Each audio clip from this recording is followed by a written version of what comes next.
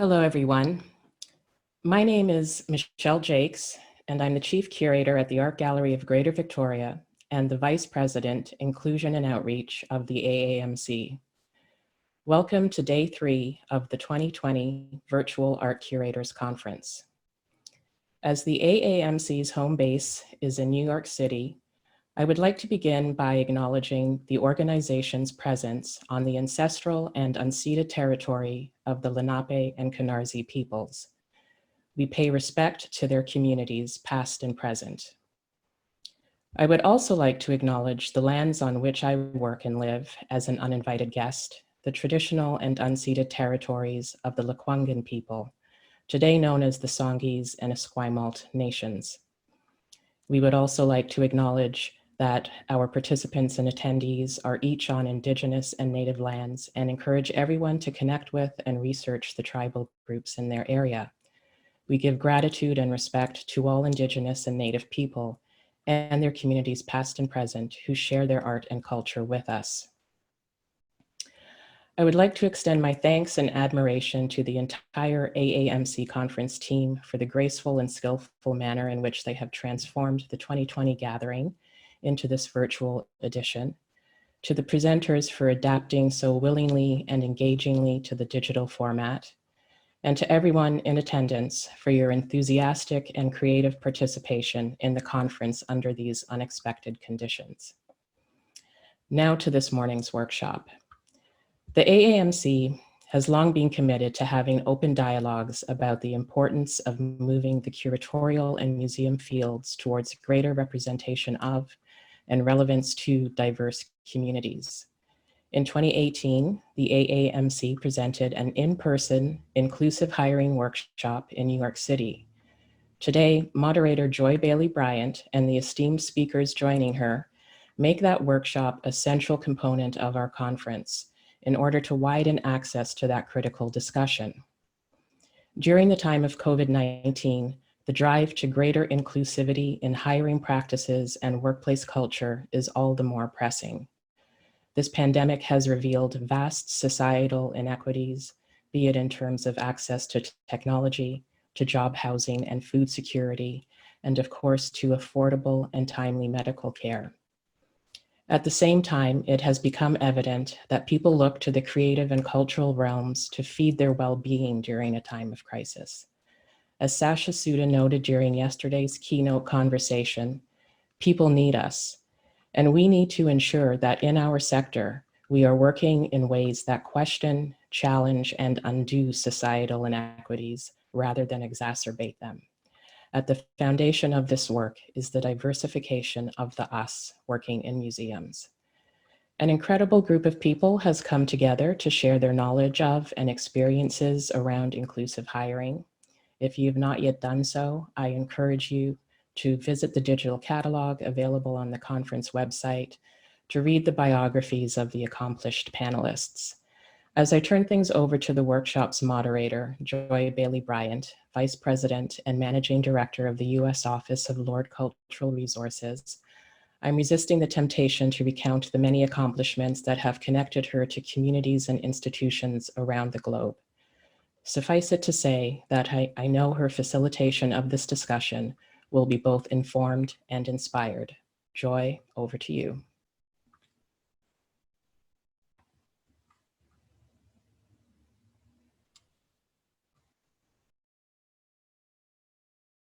Thank you, Michelle, for that wonderful, wonderful introduction. And thank you for that land acknowledgement and for setting the scene for an amazing conversation that we know we are embarking upon today. I was so excited to be asked to moderate this panel because inclusive hiring processes are so near and dear and so important for our field. This is a moment where we are all being asked to really participate and to be advocates for inclusion throughout the field. As Michelle said, I am Joy Bailey Bryant, Vice President for U.S. Operations of Lord Cultural Resources.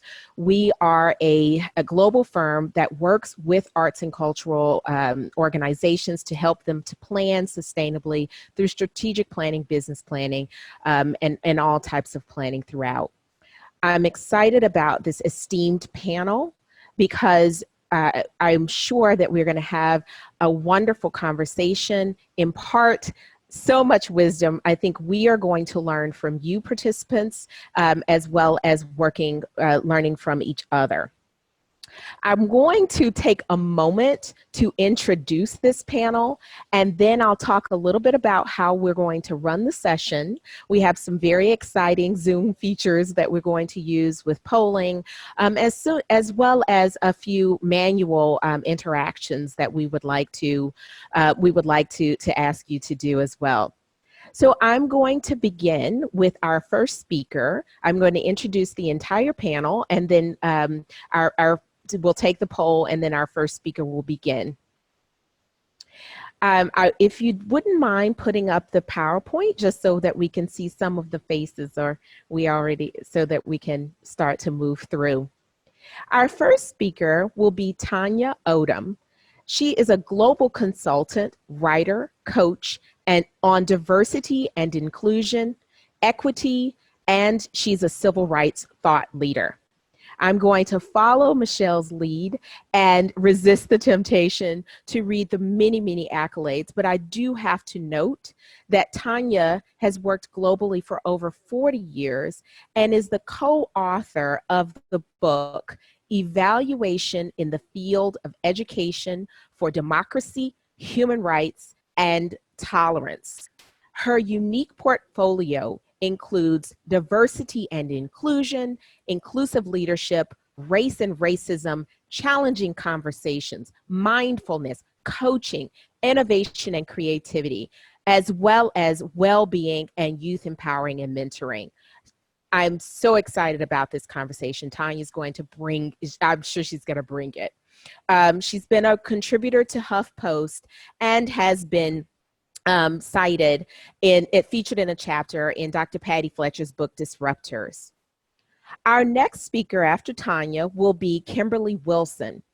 Kimberly originated the position of Deputy Director of Human Resources Volunteers at the VMFA in Richmond. She is now the Chief Human Resource Officer at the VMFA in Richmond. A native of Richmond, Wilson's extensive experience in human resources spans more than 20 years, with executive roles at Howard University Hospital, George Washington University, and many other locations. Kimberly has also won the GW George Washington University Valor Award, which is given to GW administrators for contributing to the success of student military members. Kimberly is really going to help us to understand the actions that I know a lot of us are sitting in the seats of trying to figure out how to have an inclusive hiring process. And Kimberly is really going to take us to sit in the chair with her. Finally, Cecile Shellman is a full-time consultant in diversity, equity, and accessibility and inclusion for museums. She recently worked in leadership capacities at the Carnegie Museums in Pittsburgh, and she has been named an American Alliance of Museums Facing Change Senior Diversity Fellow in 2019. She is licensed as a qualifying administrator for the Intercultural Development Inventory, which is the premier research-based cultural competence assessment. So as you can see, we have a well-decorated panel, and we will be having a very rich conversation. Let's take a moment, now that you know our names and a bit about us, we would like to know a little bit more about you. We're going to do 2 polling exercises just so we see who we're interacting with. We can't quite see your faces, but we would definitely like to know where you're coming from and your perspective in this process. So Lucy, would you mind putting up the first poll? Our first polling question is, how would you describe your hiring practices? We have three questions, three answers: not very inclusive, moderately inclusive, or very inclusive.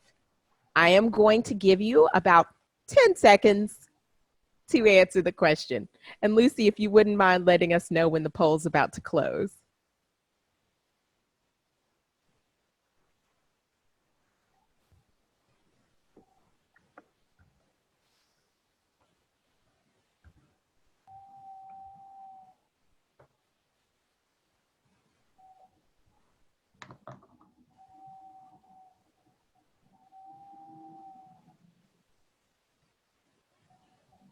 I think maybe 10 seconds has gone by. Oh, okay. She's there. The poll is about to close. Please enter your answers. Okay.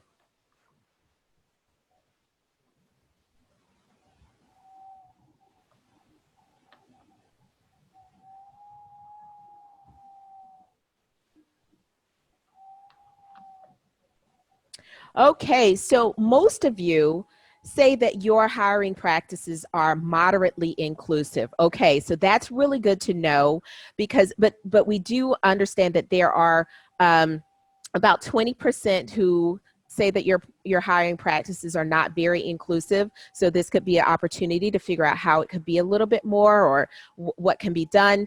And then 14% say very inclusive.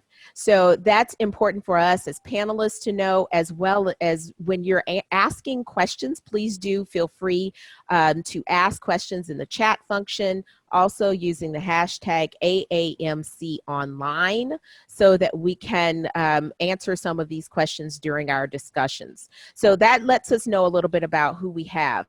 Let's go to the next poll. And this is going to be our second and final, just to find out who, as I said, who we have in the room, quote unquote. The next poll is, how would you describe the diversity, equity, and inclusion journey in your organization / workplace? So are you at the beginning of this journey? Have you been working on it for just a little bit of time? Or you've been working on diversity, equity, and inclusion for quite some time. You have a strategy in place and have addressed inclusive hiring practices. So we're going to give you about 10 seconds to take this poll.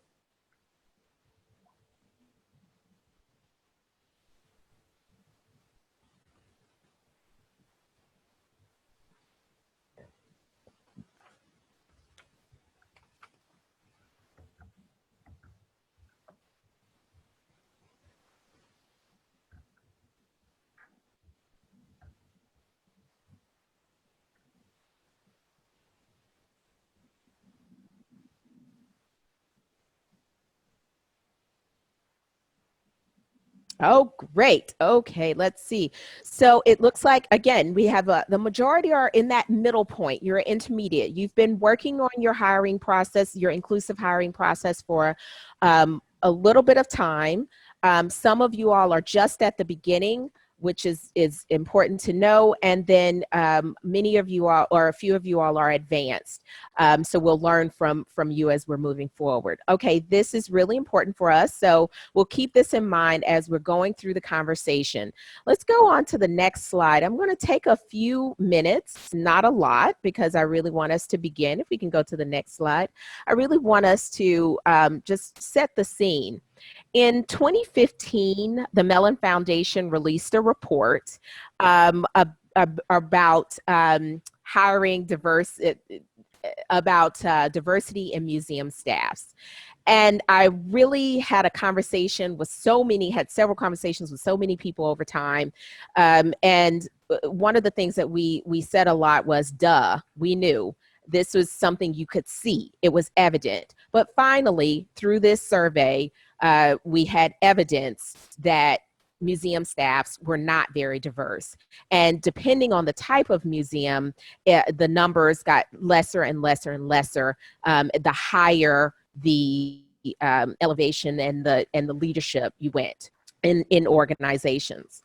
So just to talk a little bit about the United States as a population, this is really, my job is really to set the scene for the conversation and talk about why we are concerned about creating inclusive hiring practices. So just understanding that today in 2020, using the American Community Survey, which is of course an update of the census, so it's super important that everyone does all their census, fill out their census form and talk to all their people to do the same. More than 38% of the United States population identifies itself as people of color, okay? So I'm gonna use that term a lot, POC, people of color.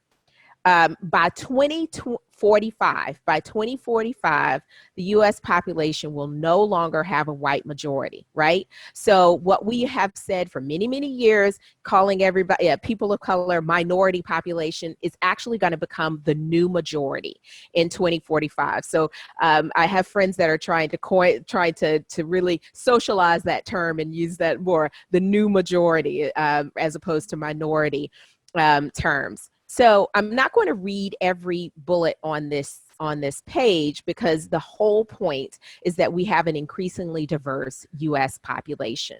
Now contrast that with the first survey, Mellon survey of 2015, which found that 84% of curators, educators, conservators, and museum leadership were white, non-Hispanic. Okay, that was the first survey. Next slide. In 2018, Mellon worked with the Association of Art Museum Directors, American Alliance of Museums, and the research firm Ithaca S&R to update that survey, and found that there had been some increases, okay? So in the curatorial and education departments, that's really where the increases occurred. The people of color number escalated from in 2015 being 26% of museum hires, and in 2018 that number rose by about 11% to 35% of new museum hires. So that was a significant increase, and that's great because that essentially means things are happening, but it means that we need to continue to work on this. As far as intellectual leadership, when we talk about gender-based diversity, women were 59% of art museum employees in 2015, and in 2018 have risen to 61% of art museum employees. So going to the next and final slide of setting the tone, there's still room for improvement, right? So most of the gains were in curatorial and education, as I said, and however, people of color are only 17% of management roles in these education departments. So where the increased growth happened in these education or curatorial departments, it was 26%, but people of color are still only 17% of the management roles in those departments. So that move up to leadership, it still needs there still has to be some growth there. In conservation, the number of people of color, new hires or presence, there was some growth, but it was still very small, 1% in conservation, 1% in leadership. So those were like small pieces of improvement, but nowhere near where we need to be in moving that needle to the next level. So we're hopeful that this panel will do something to help us to continue to move that needle forward. Okay, so moving to the next slide. Oh, sorry. So we have I just put this quote up here because I think it's very inspirational, just to think about the idea that we can't be excellent if your staffs are not diverse, right? That's actually something that has been said, but Darren Walker put it out there, and that's a really important piece of information, and a way to keep thinking about things. I want to turn this over to Tanya Odom to begin her conversation, and then we'll move along. Tanya will be followed by Kimberly, who will then be followed by Cecile. Great. Thank you, Joy. Also, I just want to thank Michelle for the really wonderful introduction to the whole panel. I want to thank Judith and her team and AAMC and all the panelists. We had a prep call and I'm excited about this. A lot of us are doing Zoom calls and some of them were sort of like, oh my goodness, and some of them we actually look forward to. So I want to acknowledge that. If we can go to the next slide, just as the coach in me wants to acknowledge that a lot of us are sort of coming to learn here, and that sometimes some of this information may be repeated by a couple of us. I actually shared some links out this morning using the hashtag AAMC online, just because it's hard for some of us with a lot of what we're dealing with in terms of work-life balance to really be absorbing all that we want to. So I just need to acknowledge that. So when I was first asked to talk about this topic, what I thought of was, one of my trainings as a consultant in this space for 25 years has been that we can't look at something solely as a program or project, that we have to look at this, meaning diversity and inclusion and equity, as a real change process. And so as opposed to sort of giving you, and there are many out there, some of the change process models that I think can be helpful, I wanted to share with you Robert Gass's model of culture change. So if I were to answer the question, what do we need to be thinking about in terms of inclusive hiring, I would say I would need to ask several other questions about other functions within HR and talent that we're actually talking about. And I find his model really interesting, that if we're thinking about inclusive hiring, we need to think about not just the structures, but some of the behaviors and the hearts and minds. And I think this can be really helpful framing for any initiative. Next slide, please. So one of the barriers to inclusion, as many of us know, are unconscious bias. Is unconscious bias. I'm not going to read all of these definitions. There's a ton of information out there about unconscious bias, but what I think I wanted to put up as a cautionary note, that in the trend, meaning as unconscious bias becomes incredibly popular, by the way, globally, which is what my work focuses on, I think we want to be careful not to blame everything on unconscious bias. I think we want to be careful to sort of acknowledge that unconscious bias exists and how it might play out. And one of the resources that I tweeted out was from Joan Williams, and she talks about sort of these bias interrupters and what those might look like. So I think the framing of unconscious bias, acknowledging how prevalent it is incredibly important. What I also note, though, is my experience in the arts and performing arts space is that if we only acknowledge unconscious bias without actually looking at history and legacies, we actually are leaving out a huge component of the conversation. Whose art was valued, who was desired to be in the arts, who in fact we thought of as an artist and what we thought of as an artist, right? So there are more questions than just, how am I hiring? Are we hiring inclusively? I actually think those are fixes. There are many, many, many suggestions for that. I literally sent you a link to the toolkit where they say, hey, how do we interview better? We know that, but for me, there are other things behind that. Next slide, please. So, I added this slide because I think in the context of the world that we're living in, it's really important to understand what increases unconscious bias. So if you look at stress, lack of clear decision-making, multitasking, well, welcome to pandemic world, right? So I almost want to add on this, plus COVID-19, plus loss for many of us, plus stress. This is Mental Health Awareness Month. I can't, in the spirit of being a holistic sort of practitioner, not also presence that in terms of biases are often triggered when we are under stress, when we have these things going on. And so it takes actually a more mindful awareness for all of us to say, even if we're part of that 16% that are in the advanced stage of the journey, we still have to check ourselves, right? And I have to say, as a practitioner, I check myself all the time. By the way, often after I've made a mistake, because I'm human, right? But I think there's an awareness of what are we doing within this context. Next slide, please. So I just want to end my piece, a couple of things about COVID-19. One is that I think there's an interest in thought process around what we need to be aware of in this moment around inclusive hiring. And I thought about two interviews, and as a coach, I talked to a lot of people who are going for interviews or after interviews. I thought about two interviews in this climate during the pandemic that were virtual. One that seemed to go well and be inclusive, another one that didn't seem to be inclusive. The one that didn't seem to be inclusive, the person said to me that in fact what they experienced was a lack of connection, that in fact they had to go through 3 rounds of interviews. None of the people asked how they were doing. None of the people tried to connect with them. them, they immediately jumped into a behavior-based interview, not knowing that this person is trying to take care of her daughter who lost her job, worry, be mindful of her daughter's mental health and all these other things. And she kept saying to me, Tanya, I would ask questions and they would ask me questions and I would answer, but it was hard to know how I did because there wasn't a response, right? They clearly were trained to sort of have this poker face where we're not responding to each other. But it really left her feeling like, I don't think they knew me. She also just talked from a diversity perspective about not being able to see people because the camera in one person's home was so far back and what it looked like.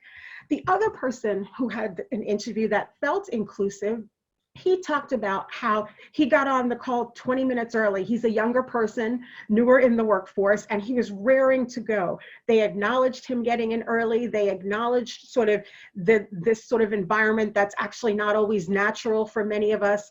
They talked about his resume. They had done background information. And while they did ask some pieces of an interview, what it seemed to me like they're doing is they're having a part two where they're giving him some work to do and then present, versus the first, in fact, interaction they have with the candidate is one in this environment where they're not acknowledging the humanness or the full, perhaps, aspects of diversity of the person.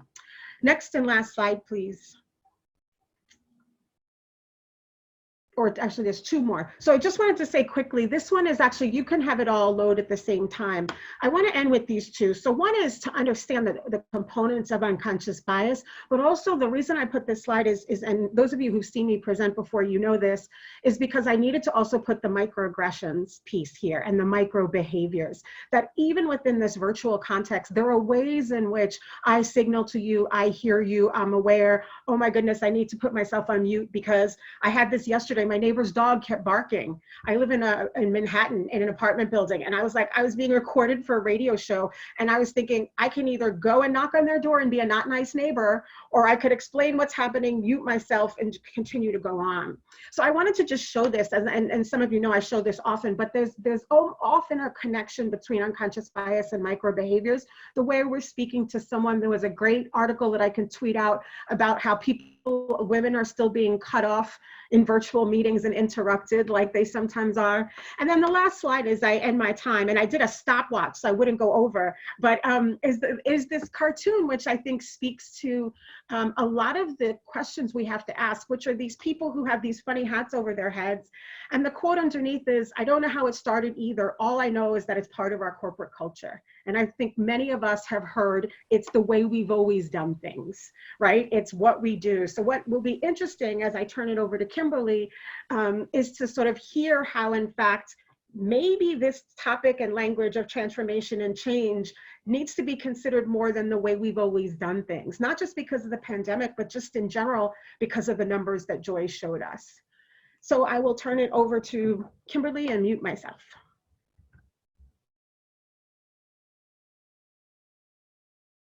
Good morning. Hello, everyone. My name is Kimberly Wilson, and thank you to AAMC for having me here today. And I'm just so excited about this conversation. And I think Tanya just set a perfect segue as well as we talk about this transformation and change. I'm here to tell you that hiring is a culture. It's how we, as we look at it from a societal perspective, we look at it as an organization. How do we bring a culture of change, but also a culture of awareness and belonging into our workspace? I think COVID, as Tanya just put it so eloquently, has changed the game for us. You know, we can't have these robotic hiring practices where we get into this normal, okay, we need to make sure we go to this person or this group of people to identify or to vet or source in candidates.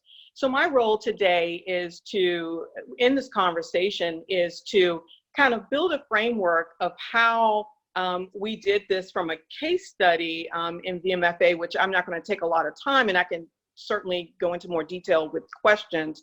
But speaking on how we looked at our organizational culture of hiring at the Virginia Museum of Fine Arts in Richmond, Virginia, which many of you know is in the South and still We're trying to shake that nomenclature of the home of the Confederacy. And so there's so much to challenges that we have as we try to onboard individuals into the Virginia Museum of Fine Arts, VMFA, because of these stigmas or these assumptions, or people feel that we wouldn't hire them because, we have an all-white population.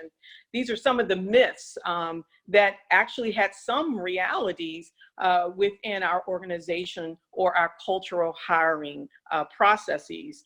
At the Virginia Museum, just to step back for a second, my position was created out of what I would call this employee groundswell to bring change about at the executive level and that frontline leadership level, as well at the Virginia Museum. And so my job was created to focus on the employees, but also focus on how do we create these vibrant cultures that are open to everyone. So my slide, I just wanted to present a quick snippet of what we looked like back in 2017. And I started in 2017 because prior to my onboarding, as I just stated, I was hired for a particular reason. So the HR manager that was there before, they didn't do a lot of data or metrics, which I'll talk about in a second. But you have to do that in order to understand where you are now so you can see where you want to be. What is that aspirational goal? So at the Virginia Museum, as you see, this slide I always use because the Virginia Museum is we're state employees, so we're an agency of the Commonwealth of Virginia. So all our statistics are presented based on how we equate to the state site. And so as you all can clearly see, in Virginia, they look at it from a minority versus non-minority, or white versus non-white. And so a lot of the data that the Commonwealth has gathered, it's not as diverse, which I have been challenging, and now they're doing better in how they collect data and how we present it. So so just to make it simple and not to take up too much time, but I just wanted you all to see the clear growth that we have had at VMFA from 2017 to 2019. And as you see from the top there, the minority versus non-minority, and within our executive leadership, we've had significant growth there, that now half of our executive staff are minority individuals. And as you see, a certain percentage is women as well, and women of color. So prior to my coming to the Virginia Museum, just to give you more context, in 2015, there were no women or men of color, no persons of color at the executive level at the Virginia Museum.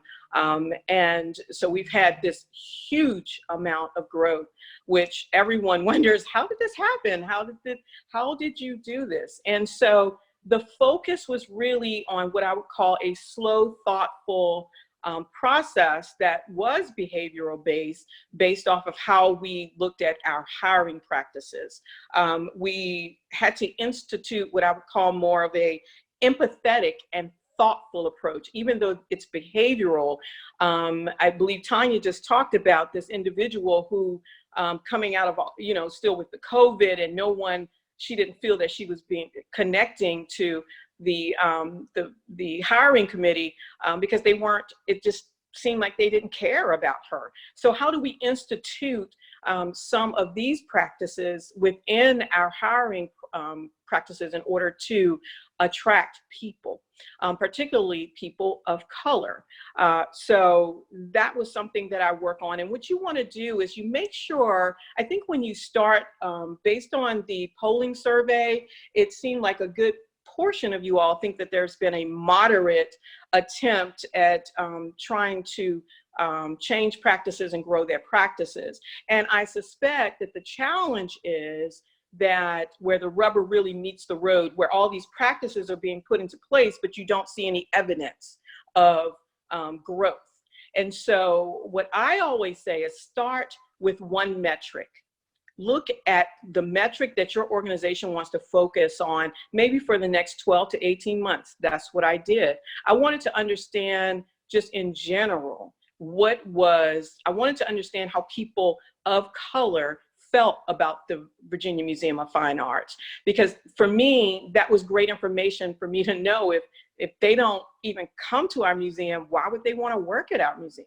So just basic questions like that helped me formulate a strategy that started with certain metrics that I wanted to understand to help build the culture, so that I can then say, okay, this is something we need to change in our hiring practices. That's a direct correlation to a metric from the public of why, or our applicant processes, why they're not applying or even being selected. So that was one thing that I would pose to the group, is to start with a key metric that you want to work on for the next really 8 to 12 months and see the growth there. And then pick another one. Look at maybe sourcing. How do you source? Who are you connected to? How is leadership involved? How is the board? Is the board dedicated to this growth as well? So having support on all fronts is just so important to the overall strategy that leads to a success and change in metric that I have presented on this slide. Additionally, you want to make sure that your human resource department, this is really important, that as curators, and I know there are other groups that are also on this call, but have a voice in this process. We try to include within our search committee different people with different from different departments on our search committee, and we do some search committee training to understand that we are all here for the same goal, and what is it that we're looking for in candidates. But I think it's really important for curators, conservators, our faculty and academics to be part of the voice in how we are looking at positions. It also connects the curators to our frontline, midline, and executive staff in a different way. It's like, hey, I'm here, I have a voice, I want to be part of this process. And that's what I love about this organization, AAMC, is that they're offering from webinars to different types of documents to help you think about how to get involved. And so I don't want to take a ton of time. I know I'm at time, but I thought that it was helpful for you guys to know just what are some of the key metrics that you need to go back, think about, get engaged, so that you can start to move the needle and understand why there may be some biases or behavioral hiring habits that are just not conducive to what the overall strategic plan of your organization or those goals that you set upon the organization needs to establish. So I'm going to now turn it over to our next panelist, which is Cecile. Thank you all. Thank you so much. And I really have enjoyed the words of my predecessors here on our virtual stage. And thank you so much, AAMC, for inviting me to be part of this panel discussion today. I am really delighted to be here virtually. I want to say that I was so glad to know that AAMC was still intent on having us talk about this very important topic, even though circumstances took us to a place none of us could have envisioned, where we were not going to be able to gather together in Seattle this year. And how are all of you feeling about this? We have over 200 people here, and I know that many people were preparing very anxiously and excitedly to meet all as a group. And then suddenly plans changed and we all had to pivot, and AAMC was able to still keep us on task around the same dates that we had our original plan scheduled. I'm really grateful for that, because it's important to, as much as possible, to keep everyone on schedule and on task, but also to note that there are going to be contingencies. and we need to be nimble, and we need to be able to, to do what we can when things are not the way that we planned and are not the way that we like them to be. And this is important to know, because when talking about diversity, equity, access, and inclusion, what we're really talking about is how do we operate with each other, as was said before, as human beings, knowing that we're not robots, nothing is ever going to be perfect, but we want to make spaces, we want to create spaces where people are emotionally, psychologically, and physically safe within our space, whether it's our virtual world, whether it's standing shoulder to shoulder, just out in the streets, or whether we are in our museums as museum professionals. And so when we talk about hiring for diversity or inclusive hiring, what are we really talking about? I would just want to, at this point, stop and define the words that we use so often. Sometimes we use them coterminously, but they really are discrete and different elements that working together can create such a harmony and be so powerful. So diversity, really diversity is all the ways in which we're different and alike, but it is quantifiable. So when we say diversity, we're talking about counting the people. We're talking about counting. And this is important because as Kimberly showed in her slides just now, it's really great to see growth, right? It's something that you can say, wow, last year we had this many people of this certain ethnicity or race or scholarship in our halls and in our galleries and in our offices. And now we have this many. And there's a growth there that we can actually quantify. That's important. I know, having worked in museums since the early 1990s, and many times being the only person in the room, or the only person in leadership, or the only person walking from one side of the gallery to the other, and seeing a sea of faces, bodies who didn't look like me, not being embodied in that space. Similarly, it's important to know that the organization cares and that they want to make sure that it's a place that many people are represented. So diversity is about representation. Equity is about making sure that those who are brought into the space are allowed to move up into the organization, to move up in places of increasing power and agency and ability to govern. And there are many ways that equity plays out. I think that would be my simplest definition there. In terms of access or accessibility, I think everyone wants to know that when they show up in a space, that the organization has ways to make the experiences valuable, resonant, and equalizing among all participants. And so sometimes we think about accessibility as just ADA friendly, or making sure that people with disabilities are equally allowed to access and view and participate in the experiences that everyone else does. So it is that, yes, but it's even more than that.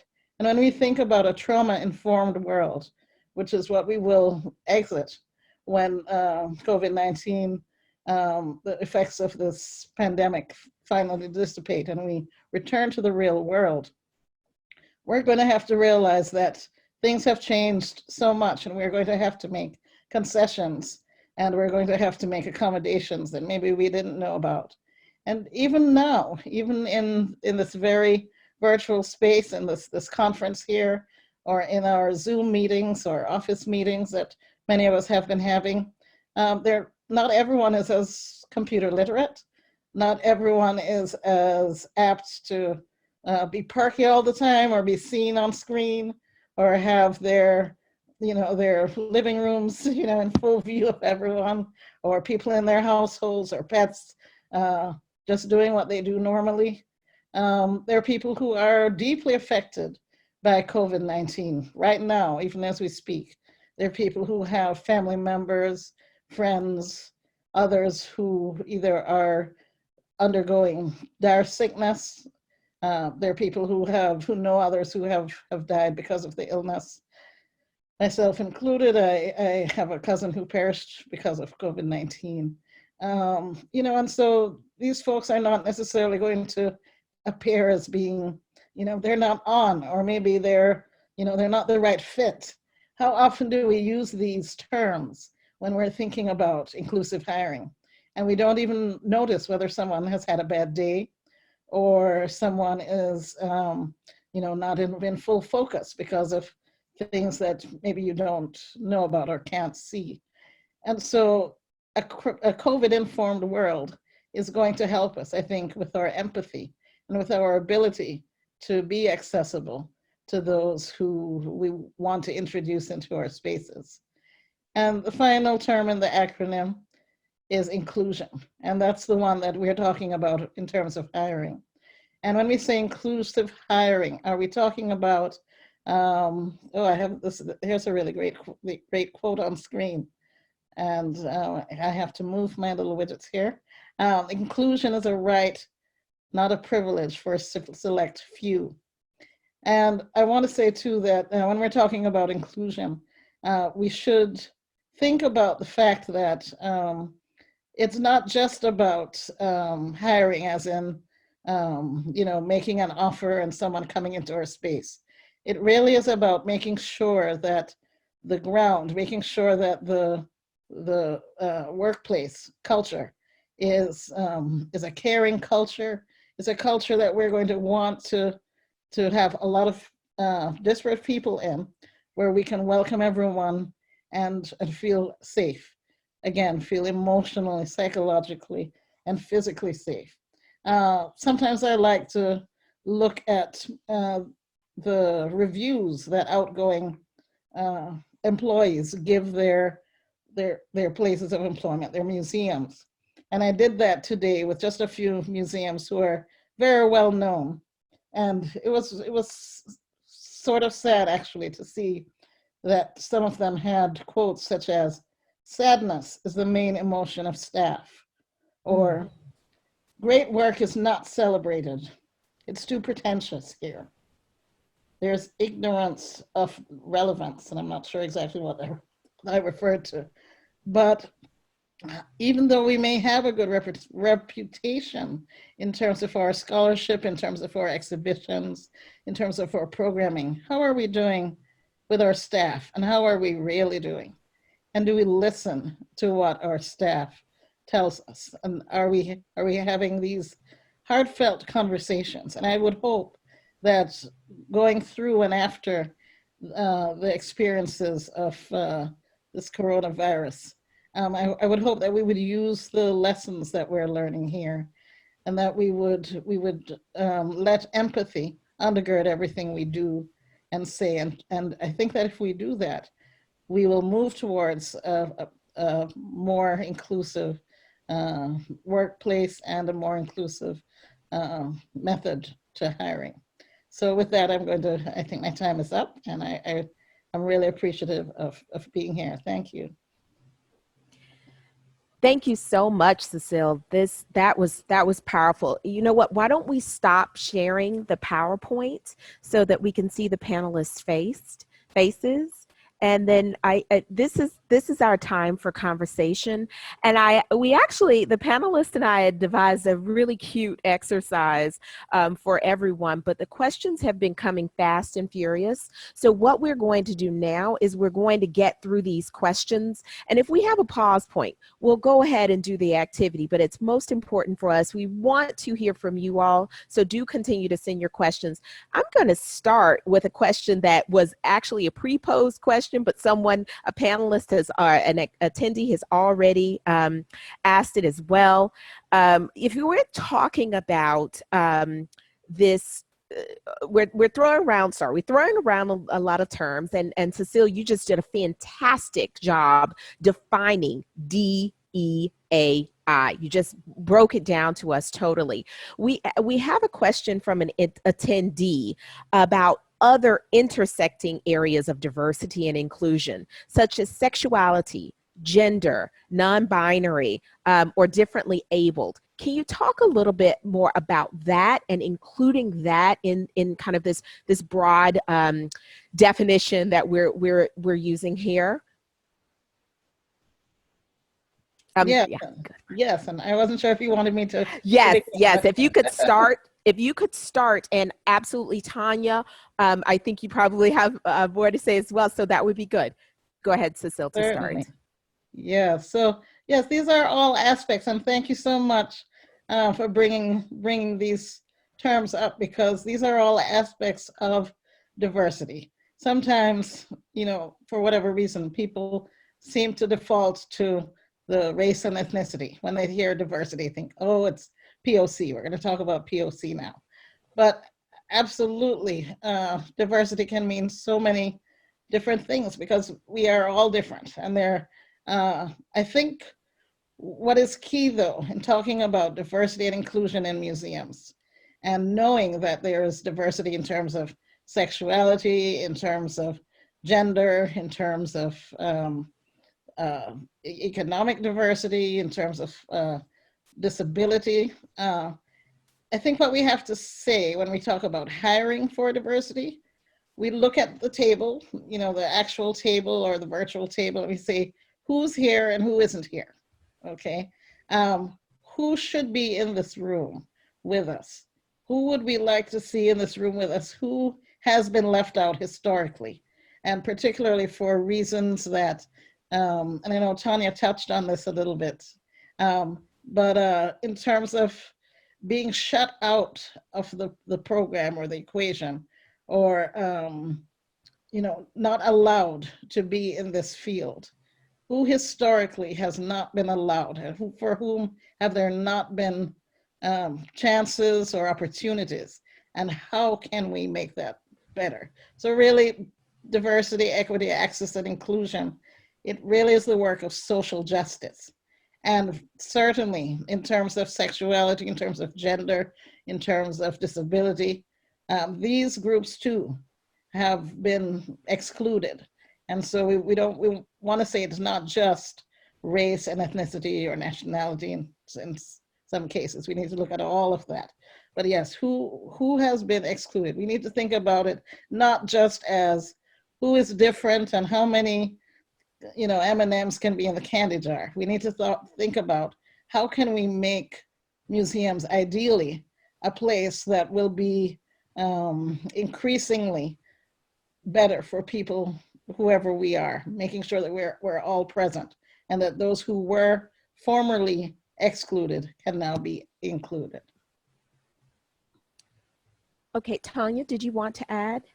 Yeah, I was thinking just on a more practical level, a couple of thoughts. In terms of the people with disability communities, I think one of the things we know is a best practice, because in fact, and someone else wrote, this was connected to another question, actually, one of the things we know works really well is partnerships with other organizations. So there are a large number, growing number of organizations, by the way, globally. I could speak to the most of them in the United States, but actually are really looking for partners that sort of identify as a person with a disability. And I think to the point that was made, these are visible and invisible disabilities. So I just want to be careful with that, because a growing population of veterans, we're seeing many organizations create veterans affinity groups. And so when we talk about veterans affinity groups, oftentimes PTSD is a disability, but that's not something that's visible. So I think it's how we talk about these things, who are the partners. And I think, by the way, this would connect to the person who asked about being a museum that might celebrate diversity, but not being in a diverse community. It's all about partners. I can tell you tons of case studies where people were moving a group of people from one part of the US to another, and they actually worked with realtors to be able to do some of the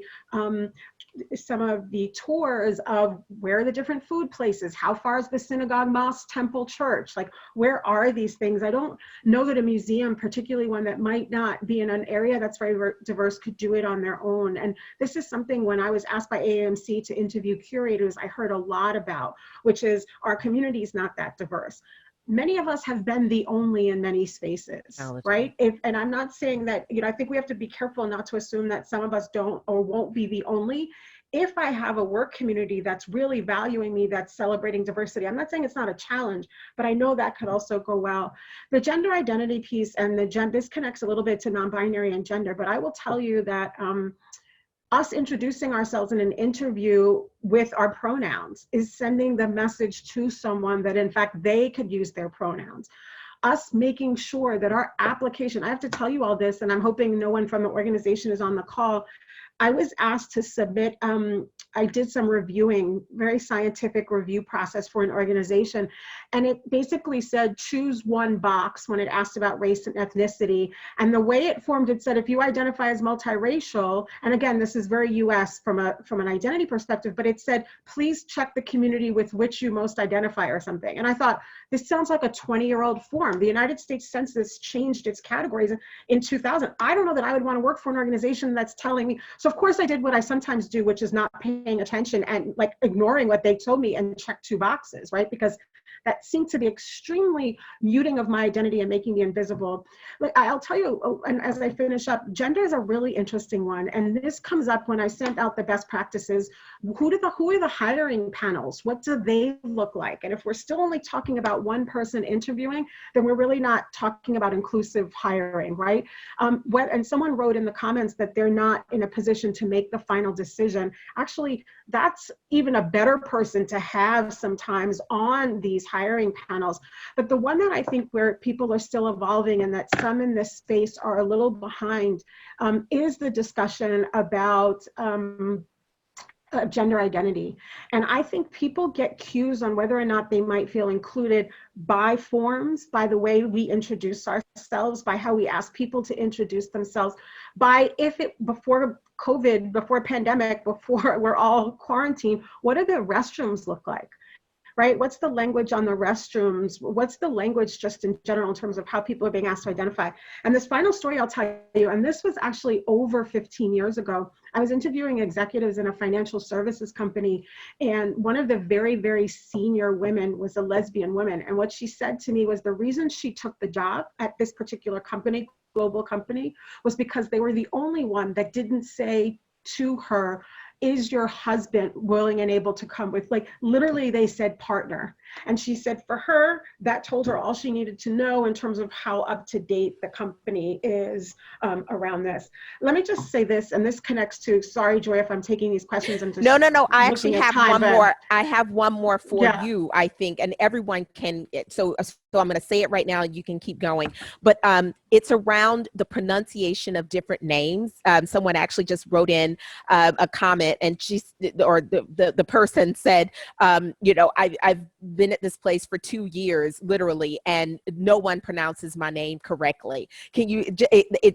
To me, it ties in with all that you're talking about being cognizant of, of people and just being aware of the way people express themselves and asking them, period.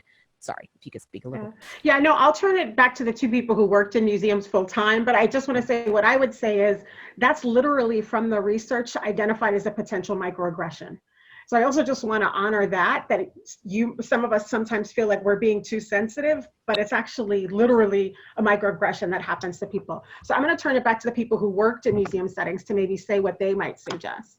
Yeah, definitely. If I can weigh in real quickly, I totally agree with Tanya. And what we're finding is that in our hiring practices that, it's who you're putting on these search committees and who is what I would say is the person that's holding the hiring culture in their hands.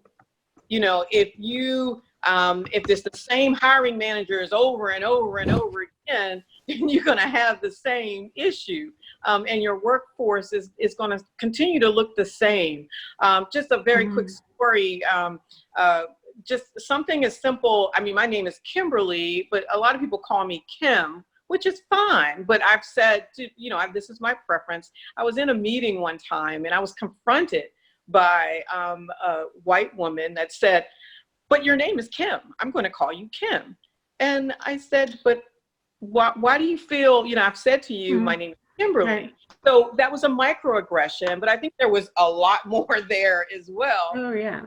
But, it's a level of entitlement and that I think also kind of, rears its very ugly head in search committees and how we do choices. When I was in higher ed, I developed this diversity advocacy program at the University of Richmond. I worked with this wonderful provost, Steve Allred, and he and I would just sit shocked sometimes of the commentary from the very white male comments that were made during tenure, discussions, or even just hiring faculty.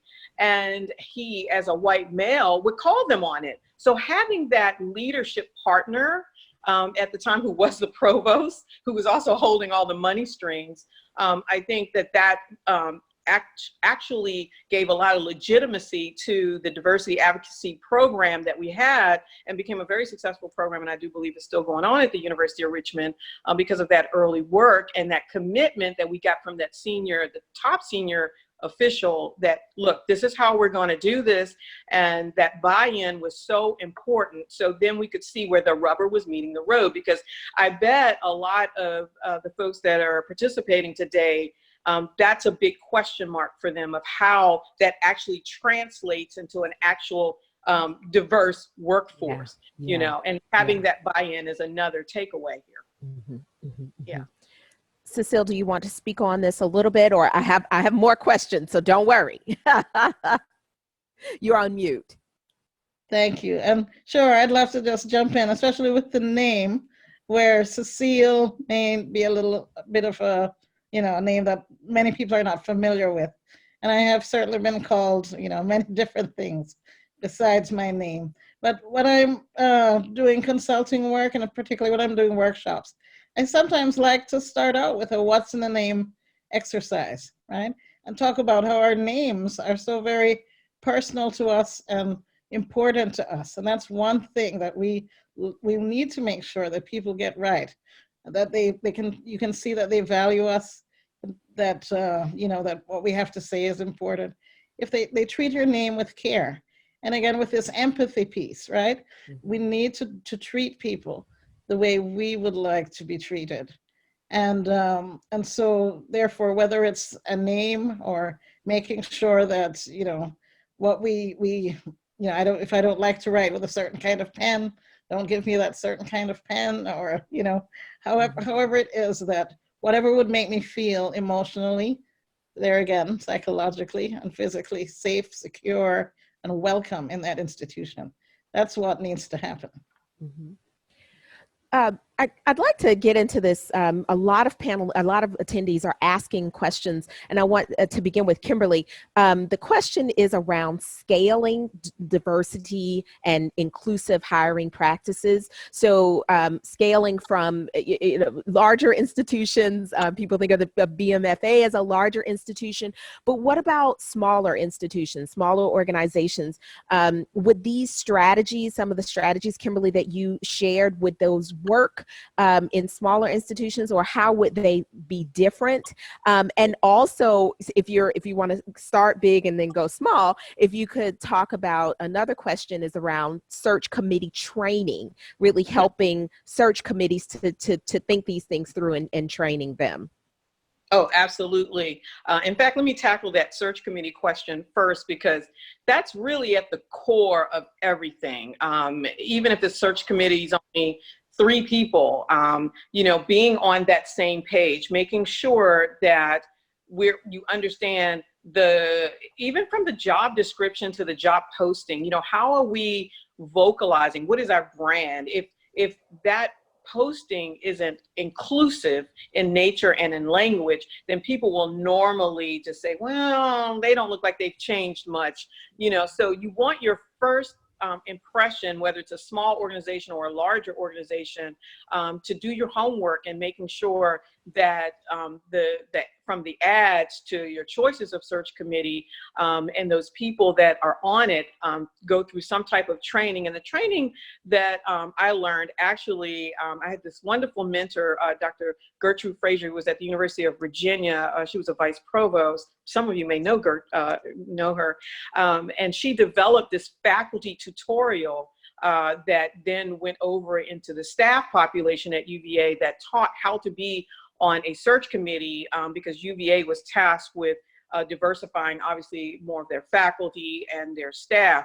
And it was just a wonderful resource. And so I utilize a lot of her practices, not just at BMFA, but even my former positions at U of R and at GW, in that you have to understand what are my personal biases first. You know, knowing who you are and how I'm bringing and how, as my daughters always say, and she's like, Mom, stop trying to be cool, how I show up, how I show up in this process. You know, what is my voice? And knowing that your voice is so important and critical to have.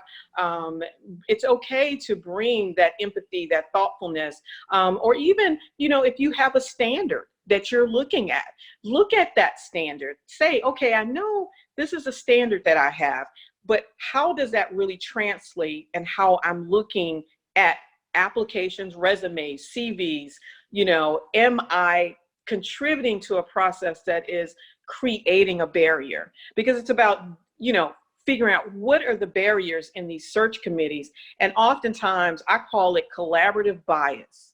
And I'm gonna trademark that, y'all, but anyway, but collaborative bias, where you get a couple of key individuals that get into a search committee. I've been there, and I've been the one to challenge them and say, stop it.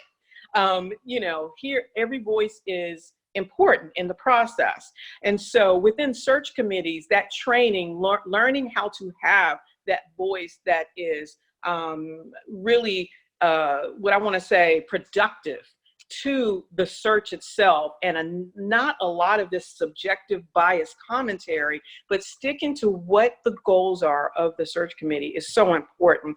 And then I think that kind of parlays into that other question you had, Joy, that no matter what the size of your organization, still understanding what my biases are. We all have them.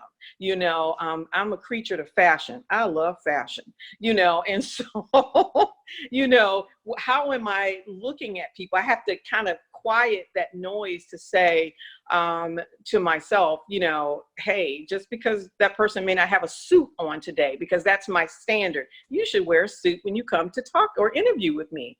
Well, that's not the reality. My daughters that are 29 told me to, you know, you got to get with the program, which I have to talk to myself to tell myself that. But the truth is, that's what we do, and we all have it. Acknowledge it, but understand how you still use your voice. And I think whether it's a large organization or a small one, if it's just 2 or 3 people that are making these decisions, that's even more critical that you understand compromise and how we collaborate in an understanding of what the needs are of the organization, and how important it is to have diverse voices.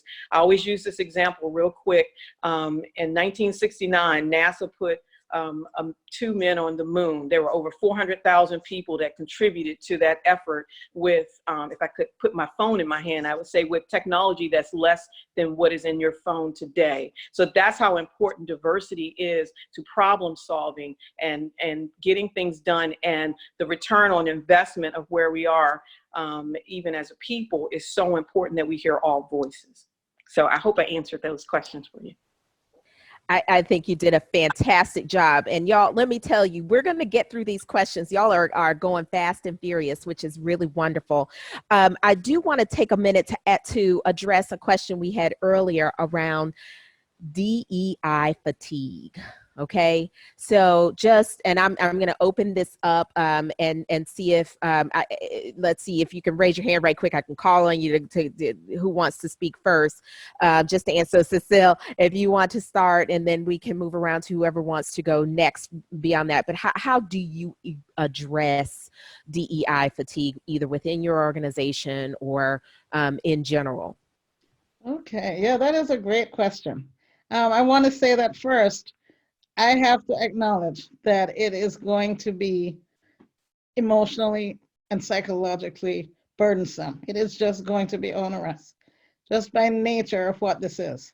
Just knowing that here again, you know, in my career, you know, from the early 90s on, having worked in many museums in various departments, and almost never seeing someone like me and being called names, including the N-word, just, and I'm not saying that, this is typical. I'm hoping it's not typical, but just feeling all the time that I would love to be in a place where I had many more professionals who looked like me, came from similar circumstances, who worked around me, and knowing that this has to be my charge from here on out. So for decades, this has been my charge, and it hasn't been easy. And it's, it's something that I know just deep down I have to do, and it's going to be difficult. And so what I do is, in my day-to-day work, when I worked in an institution, I clocked in a certain amount of hours and a certain amount of additional hours that I would spend on this. And then I would just turn off that clock, and I would fill my life and my time with other things. And, with music, with art, with things that would uplift me when it got too burdensome. And I think that's just how we have to move through life and the world. It's just, as I said, it really is about social justice. And that's not a light thing. It's something that has to be taken with gravitas, and it's not for the faint of heart or spirit. So I don't know if that's the right answer, or if that's an answer that people want to hear, but that's my answer. I would sort of say a couple of things. So Joy, you said internally or externally. I think internally, when I hear that, I always question who's fatigued, right? So, is it people who aren't being impacted by being the person that's walking around the halls, not seeing people like themselves? And, I'm finding really interesting, and I think this was actually mentioned by Kimberly, when you take a temperature and you do a culture sort of assessment internally, and you have data where people are sort of saying, well, I'm not sure I'm going to stay here very long, and or, well, I've experienced these microaggressions and bias. It really, to me, in addition to sort of anecdotal stories and focus groups, perhaps, it totally changes the game. And I'm working with a client now, and we went through a bunch of different assessments and chose an assessment, which, by the way, talk about inclusive. They actually use colors that are even viable for people who have color blindness, right? So even just in terms of the assessment that they're using, but you really can't have the senior team be fatigued, right? When they're seeing that a majority of their people are sort of saying, this is impacting my ability to be productive, to be innovative. And by the way, to me, this is really important. And to perhaps tell my colleagues, friends, et cetera, in the communities that you're trying to bring in here, because we know that women and people of color often use informal sources, like my contacts, like my community, to sort of get information. From an external perspective, as a practitioner, I think we have to really think about what self-care looks like. I think this is where I have a strong network of people who do this work. Lately, we've been having a call once a week. These are chief diversity officers from some of the major corporations and not-for-profits. And we literally are educating ourselves about the disparate impact of COVID-19, because for us, we know that's important, and we may not be getting that data from internally in organizations. I mean, this is where my mindfulness practice, I think, came in, right? This is where my need to sometimes go on silent retreats comes in. This is where, in the COVID-19 era, I'm done by 4. Like, if you all had said, Tanya, let's talk after 4, I was like, okay, my brain will be mush. So I can't really be like, tell you what's going to come out of it. Like, what's best for me?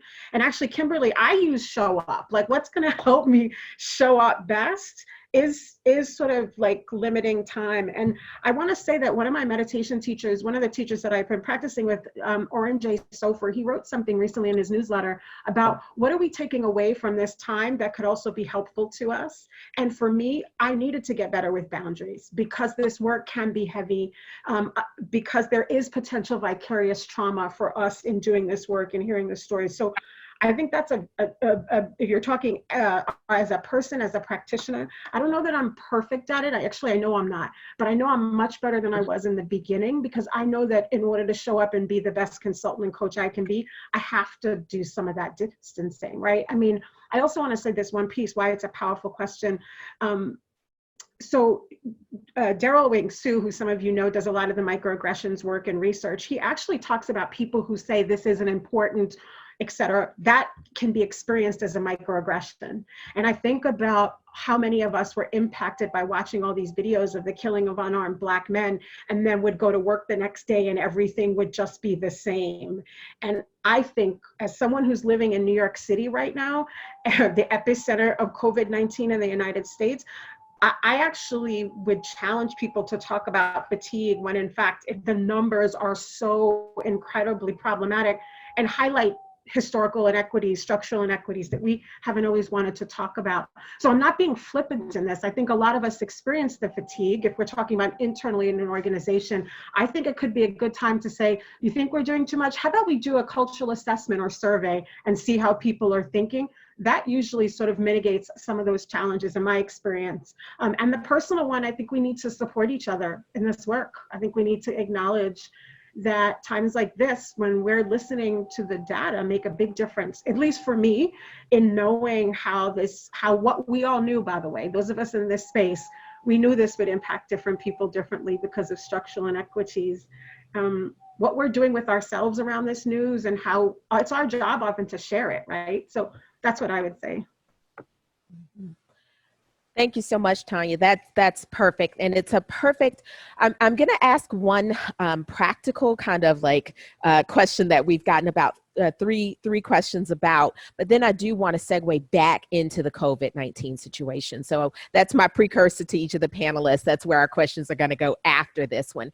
We've got some questions around identifiers, self-identifiers. How do you have an inclusive hiring process when you don't necessarily know who is identifying as a person of color, or as someone differently abled? You spoke about the forms, you spoke about these different types of, can you talk a little bit more about that?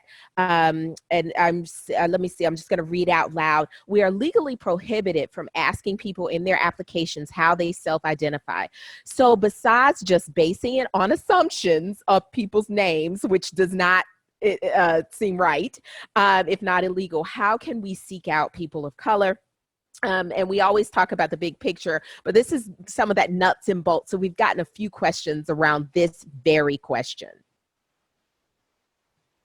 So I'm going to call on Kimberly. Okay. I was thinking you might call on me, but for the nuts and the bolts. But you know, that is such a great question. And it goes back to the other side of it, that you don't have to worry about that if you are actually networking and putting yourself in with organizations that are with persons of color or intellectual physical disabilities. I just recently was asked to join a group called Virginia Abilities, because I ran an ability job fair at the Virginia Museum, and where over 400 people showed up, which normally this population of individuals is a little, you know, reserved in how they show up in public as far as jobs, you know, thinking, and I'm looking at it from maybe there's a stairwell and there's no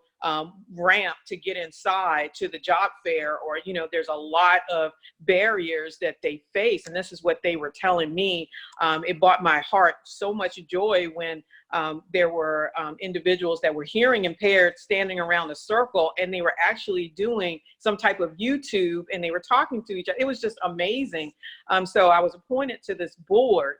And so doing those types of activities will bring in diverse individuals into your, what I call, again, that hiring culture, that you don't have to worry about that, where you're trying to identify you yourself as a hiring manager. You're putting yourself in a position where there are some legal issues there when you do that. So you just have to trust that if they identify, that's fine. If they don't, that's fine as well, because it's about how the voice and that person's essence and being and presence shows up in your institutional culture. So I'm tasking you guys to look at it differently. Don't get caught down into the, and that's what VMFA did. They got caught down into this little minutia part of, you know, we had 5 Black folks show up, and, you know, and so, you know, that's not how you should look at this. You know, it should be, you know, I belong to these organizations, or the institution belongs to this organization.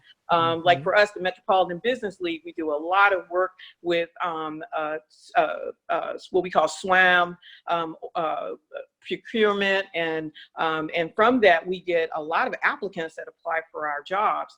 And so putting the organization in a different position for brand and hiring culture is what I would respond to that, just to look at it differently and trust that HR will do all of that other vetting for you.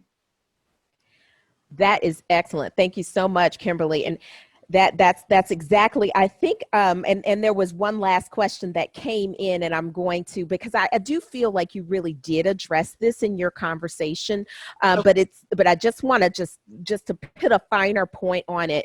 When you were talking about the networking, this is exactly what the attendee was asking about. Where do you post positions? What are examples of inclusive language, you know, that will convey to every participant, every potential candidate? You talked about the role of networking. You talked about the role of proactive recruiting.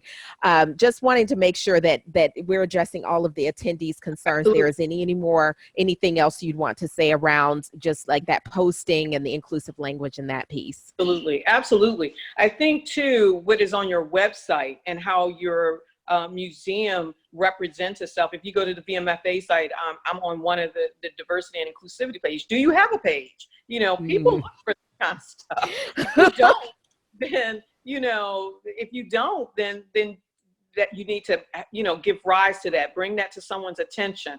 So you see me on that page and talking about what our institution, how we deem what is, you know, diverse and inclusive culture. What does that mean to VMFA? So that we translate that into our posting language, in addition to the type of questions that we ask of our applicants that come in, so they understand that we are a thoughtful, caring, open, and inclusive culture. You have to have all those things. You see where they all kind of connect the dot, but I'm going to go back to my original statement of start small. I mean, own where you are right now. You got to own it, but make these adjustments based off of what you're hearing everyone say today. You know, give rise to that voice now, that you have some task and a call to action for that. Thank you so much. Thank you so much for that.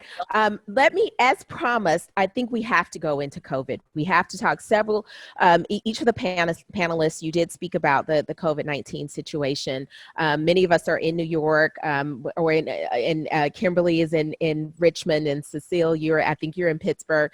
So it is a global pandemic. We're going into post-pandemic. I'm going to start broadly, and then we'll start to ask more defined questions. We're in a place now where we're looking at staff layoffs, at pay cuts, and we're now talking about what people consider, sometimes people consider to be, just yet another thing to layer on top of that, an inclusive hiring process, okay? How are we able to keep the conversation how do we treat the inclusive hiring process, or maintaining inclusive staffs in this type of environment? So the first part is the kind of the answer, asking that question. But then the second part is, what are the opportunities in this COVID-19 as we go into post-pandemic situation? What are the opportunities on the inclusive hiring piece? So the first is, how do we still privilege, or how do we still frontline the inclusive hiring process and inclusive staff? And the second is, what are the opportunities for inclusive hiring and inclusive staff in this post-pandemic situation we're moving into? So I will go ahead and start. If anyone wants to raise their hand to begin, or I'll just call someone. Okay, Kimberly looks like she's ready. Yeah, and I hate to keep talking, so you guys please shut me up for sure. But I think that's another really great question. I love all these questions. I think let me just say that, you know, I appreciate everyone on this call today, because we are watching our colleagues. We did a furlough at Virginia Museum of Fine Arts. We furloughed 221 part-time workers, and we personally talked to each and every one of them, or emailed them. And I tell you, it made me cry when I got a couple of emails that they actually thanked me for trying to do what we could to keep them on, and hoping they will be back as well. But I think that, you know, to your question though, Joy, you know, I think some people use these opportunities to do some, what I would call human capital, like skimming down, you know, and I'm trying to, you know, be careful in my words here, because, you know, I don't want anyone on the call to feel like I'm, you know, naming names or anything. But, you know, I think we have to hold everyone accountable to continue the practice that you normally have. If you are able to continue hiring, that you want to make sure that you're not doing any type of discriminatory practices against people that may have had COVID, or you believe that they may have COVID when you're trying to interview, if you're doing virtual interviews, those types of things. I really say that in this instance, a lot of your question is how your executive leadership shows up, right? And how you bring in other people like Tanya, yourself, or Cecile to help if you have questions. You know, can you help me navigate this? You know, if your team, because you're a small organization or museum, needs some type of help, you know, getting that help, because you want to make sure that people feel that they're treated fairly in your processes, but you don't want to use this terrible, you know, virus against anyone in the hiring processes. And I've talked to people already about that, some hiring managers from other organizations that have reached out to me, you know, and so I think you have to really look at your workforce and continue to stick to the practices that you have, but adjust to be more virtual and things like that, obviously, because you can't be sitting, you know, within a certain distance of someone, but not use that as an opportunity to do other human capital things that may not have been on deck, right? And you're using kind of like this COVID umbrella to do that, and because that's a big no-no. I'm an energy person. I don't like negative energy. And for me, that's a negative energy moment.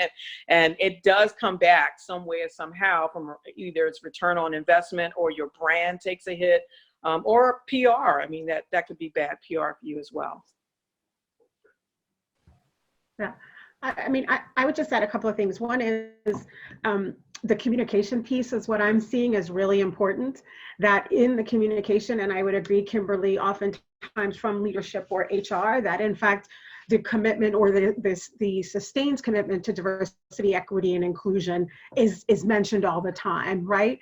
And, or, you know, I was in a virtual, April was Celebrate Diversity Month, and I was in a virtual diversity town hall with a client, and the head of HR kicked it off by having his son read his bio.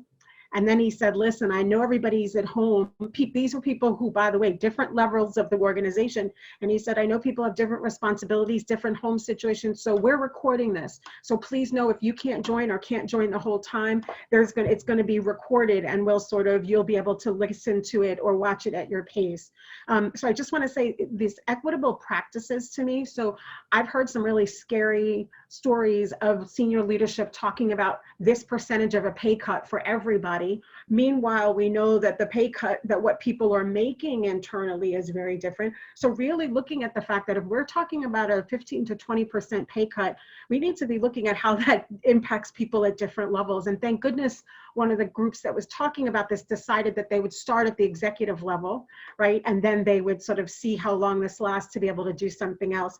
And I just want to say two things that I appreciate the language of networking, but for me, that's very different than partnerships. And this is something that has happened in the arts world, that people have felt that they were in fact brought to a space not as a partner. You know, John Powell, who's at the Haas Institute in California, he talks about othering and belonging as these two concepts.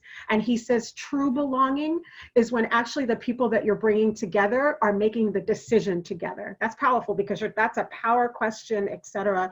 So I would say the partnerships piece comes in handy here, because are you connecting people with different resources? And the last thing, I'm the chair of the DLC, the Diversity Leadership Committee of the American Heart Association. And I'm seeing organizations do this. And I want you to hear this. We're volunteers brought in from very different places. So you have Black fraternities and sororities, the Association of Hispanic Nurses, all these groups of people coming together to literally 3 times a year to think about what are some strategies. So what I'm saying is I don't want anyone who's part of this meeting to feel like it has to all be on them. There could be a diversity, equity, and inclusion advisory group where you're bringing in people who have different skill sets and connection to be able to talk about this. I think every person needs someone who's a mental health specialist, expert, or practitioner when we're talking about some of these practices. And if we're making decisions without that, we're not actually talking about equity at all, or diversity, right? And somebody asked about, this is the thing I'll say about gender and pay equity. I think Kimberly said this, right? This is talk about opportunities. This is an opportunity to look at some of our practices and pay scales and what we pay. The research is coming out pretty strongly right now globally that this is having a disparate impact on women. So I think we need to not say that that's not an issue. So how are we addressing what we know to be the case? And lastly, just in terms of people with disabilities, there's a huge opportunity.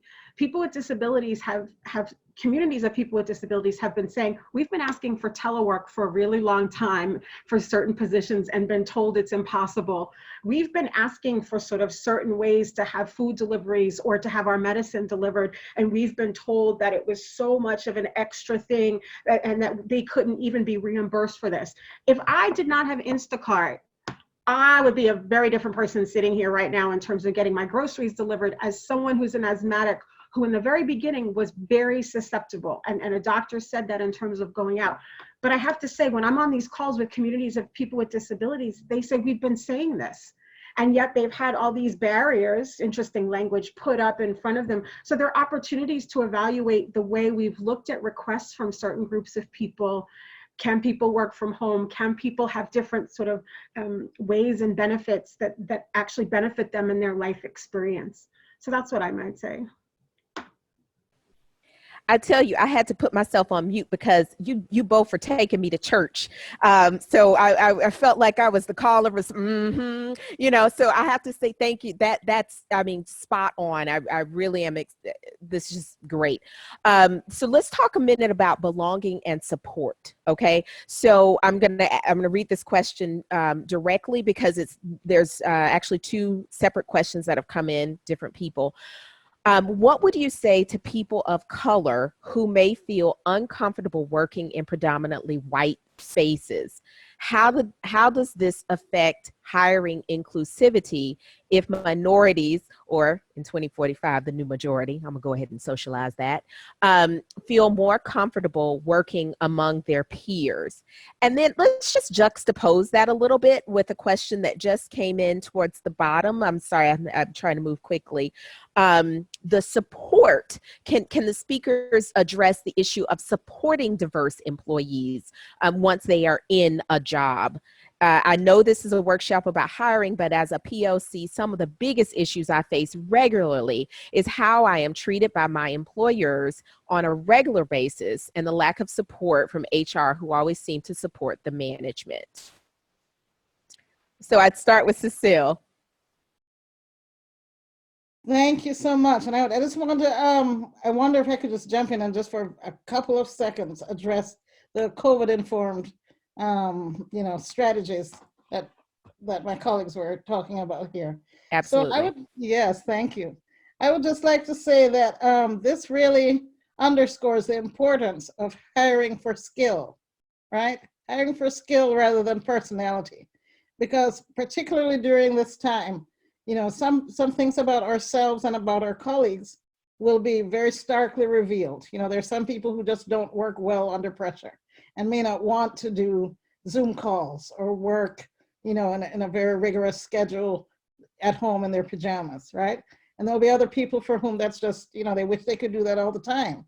And so you wouldn't reward one personality type over another type in this situation. So why should you when everything is, is post-COVID?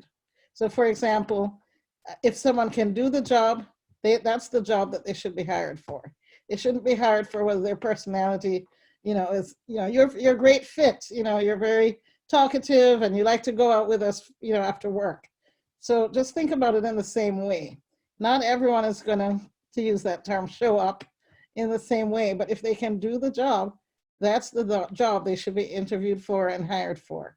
Also, I'm becoming very enamored of the idea of blind hiring, meaning, there are certain strategies and certain things that you can do to make sure that you are not going to be predisposed to bias based on maybe where someone went to school, if their name sounds like they may be from a racial or ethnic group that perhaps, you're predisposed to show bias towards or whatever else. And I think that as we work from home and as we do other things in this time that's informed by COVID, we can practice those strategies too, right? So there are ways that we can interact with each other that will ensure that we do not reveal bias. We can practice eradicating our own biases and practice just being good colleagues and friends and professional people in this very strange situation that we are currently in. And in terms of belonging and support, I think it's critical to have affinity groups within museums, within workspaces. It's important to have places where you know that you can go and be yourself among people who think like you, who understand some of the situations you're going through, who may need some counseling or just some time to sit back and laugh at something that you both find humorous, that you all find humorous. And so I'm talking about groups like, there's some formal ones, like art administrators of color. There are several chapters that are springing up now, particularly along the East Coast, but eventually it will probably go, national in terms of US national. But there are other groups that you can have just within your organization where you say, well, if you are a person of color working within the organization and you want some support, meet with us every second Tuesday, at this place around the corner. Or, just find some ways to shore each other up. And it's perfectly okay to do that. I know that early on, a few years ago, I was hearing that there were employees who were getting punished because they were creating these affinity groups. And for some reason, some of the organizations thought that there was something wrong with this. But I just think it's imperative that we find solidarity and find communal, ways to interact one with another. And I would just add that, Cecile, that's wonderful. And I totally support your comment about blind hiring. I did that actually at VMFA with an executive level position, believe it or not. We ended up, basically, we did a town hall version of that. They just had to trust me that I had vetted all the resumes, that they didn't need to know what this person's current title is or what their name was until they walked into the room. I don't know if there's any VMFA people on the call today, but that control, having to try to control the situation was so evident in the room. It was so hilarious. But we ended up hiring both candidates, and one happened to be a female of color and the other one was a white male. And so it was just a beautiful testimony of, you have to have trust and, what I call that collaborative spirit within the teams in order to get that done. And I tested it with this case, even though it was at an executive level position. And Alex, our museum director, Alex Nargis, supported me. He's my, I always tell him he's right there with me all the way. But as far as support, so even that action helped support in a way for the candidates coming on board, that they even felt that we did this differently which kind of, again, speaks to the culture, the hiring culture within your organization. So I think people have certain expectations of what support means to them, and how you, to your point, Cecile, about organizations and affinity groups, I think that that's spot on. And I think that's another layer that an organization that may have been doing some of this diversity and inclusivity work for a while, that they need to look at that and how you are retaining. Look at the metrics. Use cultural surveys to environmental surveys. I'm a big data geek. I like that. We were about to do another cultural survey when COVID hit. In fact, it was like 2 weeks out from us sending out this huge, it was 100 questions on this survey that we worked with Virginia Commonwealth University on.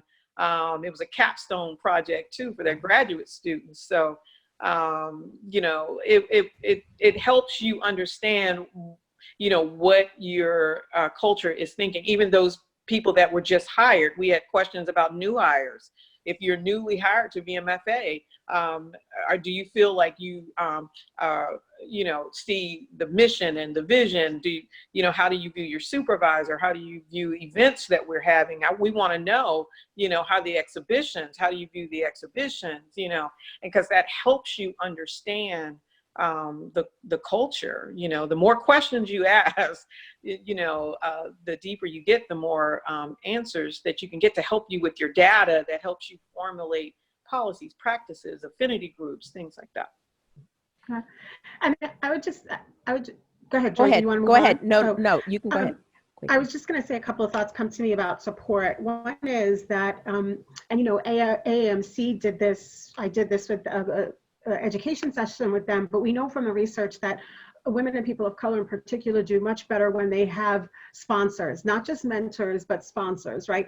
But at a minimum, sort of, I worry sometimes that we only talk about affinity groups without talking about the responsibility of creating a culture where we all think it's our responsibility to have people to advance, right? So to me, what does the mentoring sponsoring program look like? And we're not just throwing people together. We're actually saying, if we acknowledge the biases that Kimberly talked about, if we acknowledge the historic legacies, there needs to be some education around that. And coaching. I just have to say, as a coach, I'm always, and someone asked me yesterday in an interview, and when I first started coaching over 14 years ago, it would be that a lot of women of color would pay for the coach themselves because they didn't want to see that it looked like a deficit, right? I don't want the people above to see that I'm doing it. And what I'm seeing some organizations without big budgets do is have a coach come on site and have people sign up so that there's an awareness that people are doing coaching, right? Two more things. I keep saying this to people, but we have to talk about who owns diversity. If I think that there's no real strategy, that you're just putting this program on, that you're doing heritage or theme months, I mean, that's actually one of the questions I ask really early on in my consulting work is, who's owning this, right? Who's, you know, I get a call from a senior leader or one HR person, but who's going to help own this? And then I think Kimberly mentioned this, the advocates and allies. So this connects to the mentors and sponsors. These can be internal people. I think what I've seen not work as well in this particular space is just having people self-identify that they're an advocate or an ally without getting some training, some language, some awareness. And then I just want to say, Kimberly just mentioned assessment. Culture Amp, who again, a couple of my clients are working with, they have a COVID-19 specific survey. And what's really interesting about that is when we get the data back, we're able to slice it and look at who in the organization, what gender, what background, what age group, what tenure, who's experiencing COVID in a different way. It talks about psychological sort of issues. It talks about physical. And so I just want to say that, you know, 25 years ago, we didn't have some of these tools. That we've gotten so much better at getting assessment and getting tools. And to Kimberly's point, partnering with universities or groups of people. And again, I get no kickback from Culture Amp, but I have to say, I'm pretty impressed with what I'm seeing in the space now that we didn't have at our disposal years ago, to be able to really understand, one, that not one size does not fit all in the COVID environment, and that, you know, we're going to do a chair yoga session for people. Well, I mean, if you have 2 or 3 little kids running around, chair yoga like might turn into like jungle gym. I mean, I live by myself, so a chair yoga sounds good to me, but I'm seeing these one size fits all programs that we learned like 2 decades ago don't work. So I think even in how we're responding to employees internally, we need to be thinking about what people need differently. You know, I was talking to a client the other day. There are people who are experiencing food insecurity. So is it that we're providing sort of messages and information about that? One of my chief diversity officers here in New York, she did a whole message to North America around domestic violence resources. So for me, there's this opportunity to say, what might people be experiencing broadly, not just, and by the way, chair yoga I love chair yoga. I'm just saying that's not going to work for everybody. Right. Let me ask you just some quick questions. We clearly need a part 2 of this because we still have more places to go with the questions here. But someone is asking about it. Can you address issues of age? And I'm going to call on Kimberly just to if you could speak just a little bit quickly about age. Is there more specific? Is it just age in general, or just? Please address issues of age. And actually, it's so funny because I was wondering, is it ageism as in older generations or younger generations, or I'm unclear as to what that question is about. So yeah, definitely, and I can look at that from both angles as well. I think that, and it's really interesting. That's such a big question. I know. I think we're seeing it more than ever over the last, not just, because of COVID and the huge amount of Americans, more than 30 million Americans without work that are getting unemployment. But, ageism and how I'm going to interpret that just as another diverse population in the workforce, and that we use sometimes within hiring processes or even postings, we use as words like energetic. We're looking for somebody energetic, or they're buzzwords within even the questions that we are asking. And again, I have to put that to my HR colleagues to make sure that that we are vetting things properly, to encourage all populations of people to apply for our jobs, and also again that culture of hiring, that you have aligned yourself with different populations of generations within your community and on a national or regional level, so that your brand supports what you're saying as well. But I am absolutely seeing an uptick. I monitor a lot within the HR world, especially the legal world too, and the EEOC, and we see a lot of uptick in certain biases within the country. And ageism is what I would call that almost silent one that is so what's the word? It's just so subtle. That's the word. It's subtle, that you don't know it's creeped into your hiring process because someone through a microaggression may have said something to a candidate that even you sitting there would say, wait a minute, were they questioning their age? Because maybe they're asking that question of over-experienced. We use these buzzwords within our hiring processes that can have that hint of ageism in it. And even with millennials. So my daughters tell me all the time the struggles that their friends have, because millennials have this brand problem, if you will, when it comes to entitlement and feeling like they're overly aggressive, don't want to pay their dues, all of these other types of biases that are associated with them, which stop people in their 20s, 30s, late 30s getting positions because of even questions, or the search committee. If the search committee is more seasoned individuals that may be of a baby boomer generation, and you're hiring, I'm just using technology as an example, where because even within technology, there are times where there's no college required. There's definitely no master's required. It's like, okay, you graduated from high school, but you may be this super brain when it comes to decoding or creating codes, because that's what the CIA and all these other government agencies are recruiting. I will tell you, they're recruiting right out of high school. And some kids, I even worked with a group for Wallops Island. There were fifth graders that had some clearance, small clearance to work on a project for NASA. And so that's how early this is starting. So I guess a long answer is that I think that we just have to be very cognizant of how we are presenting our postings to our questions, and we should have a multi-generational approach to hiring, but also within our search committees and within our employee population. I think that's really important. Okay, I'm going to ask one question, which I'm going to allow for everyone. Once you speak, you can go ahead and kind of give your final remarks because we have about 5 minutes to go. This is a question that really encompasses a lot of different ones, which was around qualifications, so jumping off of where you just were, Kimberly, with the lived experience. One of the panelists in Friday's Curating Indigeneity session noted that for real change to happen in representation of Native American Indigenous folks in curatorial positions, there should be a shift in how lived experience is valued in relation to academic experience. So this question, I wanted you to broaden it, not just around Indigenous experiences, but just this lived versus, or not versus, but lived in and academic. Are you seeing any movement in this area?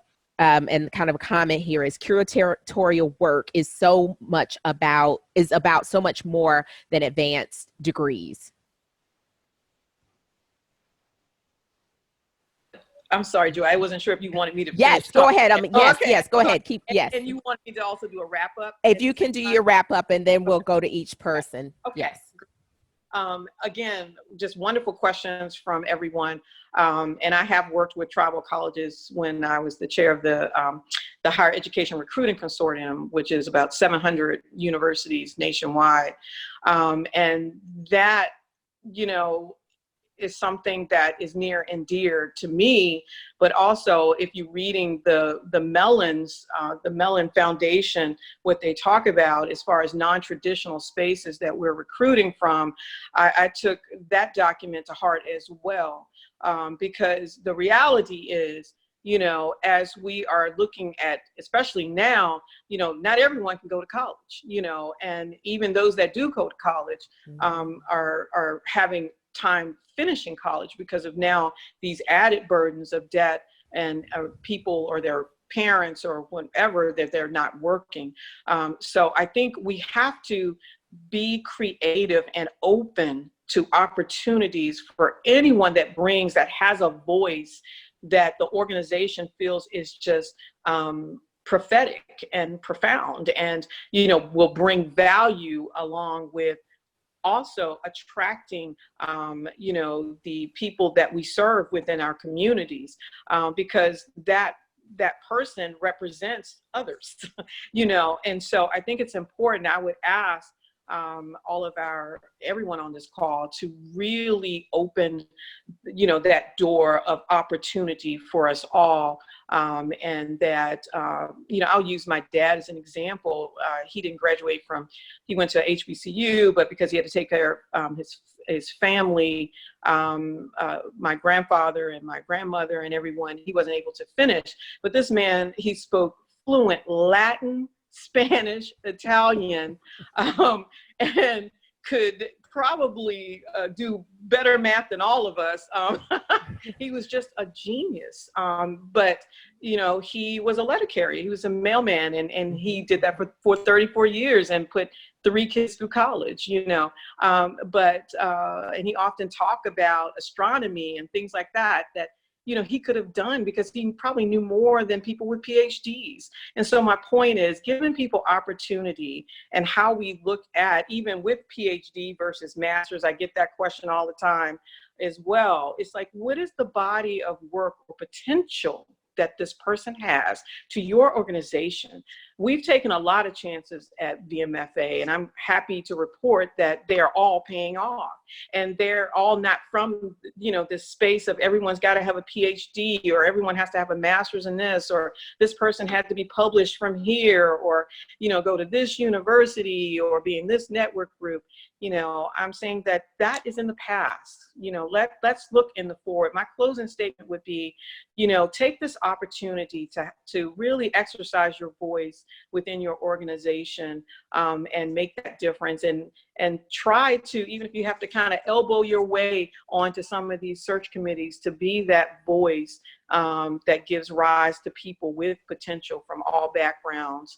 And so that's my speech today. Thank you all for letting me sit with you for 2 hours here. It went by fast. Thank you. Tanya, if you could go next, and then Cecile.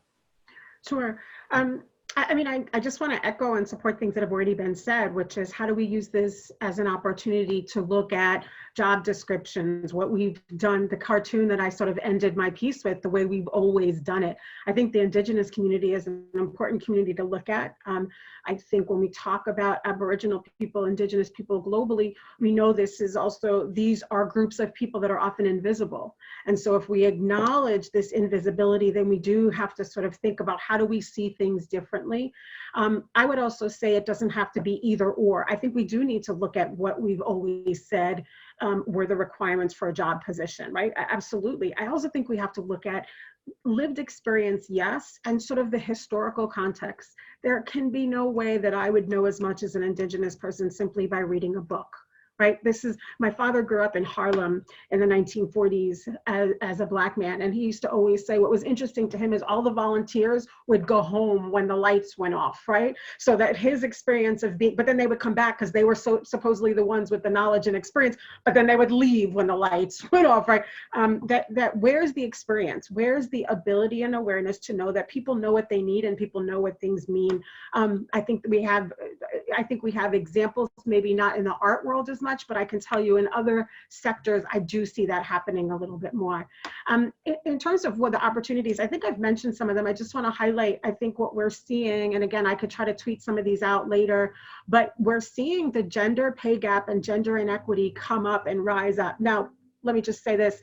Harvard Business Review had an article saying women and people of color have higher numbers of unemployment overall. So I think we need to just talk about the unemployment too, but I think there is an opportunity to look at some of these pay equity pieces, right? So what we know is that people who've been in the systems longer usually have a higher pay scale, right? You add that to sort of historical beliefs about PhDs or degrees. And by the way, when I did interviews with curators, it's not just PhD, it's where you got that degree, right? Like it's where, and I took this slide out from the unconscious bias work, but I tweeted out a slide about halo bias very intentionally this morning, because in this space, halo bias of, oh, you went to this school, oh, you worked at this particular museum, oh, you curated this exhibit. We do that. I hear that and I say, wow, they're smart, they're talented, they're a go-getter, they're a futurist, right? But I think the pay equity piece is very interesting because this isn't new. So if we haven't done a pay equity assessment by this point, this is sort of a ding, ding, ding, this is time for us to look at that. If we haven't done an assessment around ability and accessibility, as Cecile's talked about before this is the ding, ding, ding, now's the time. I think for me, my last comment on this in terms of takeaways is, how do we continue to keep this at the forefront? And I did tweet several articles, one particular resource, excuse me, by Diversity Best Practices, of some suggestions.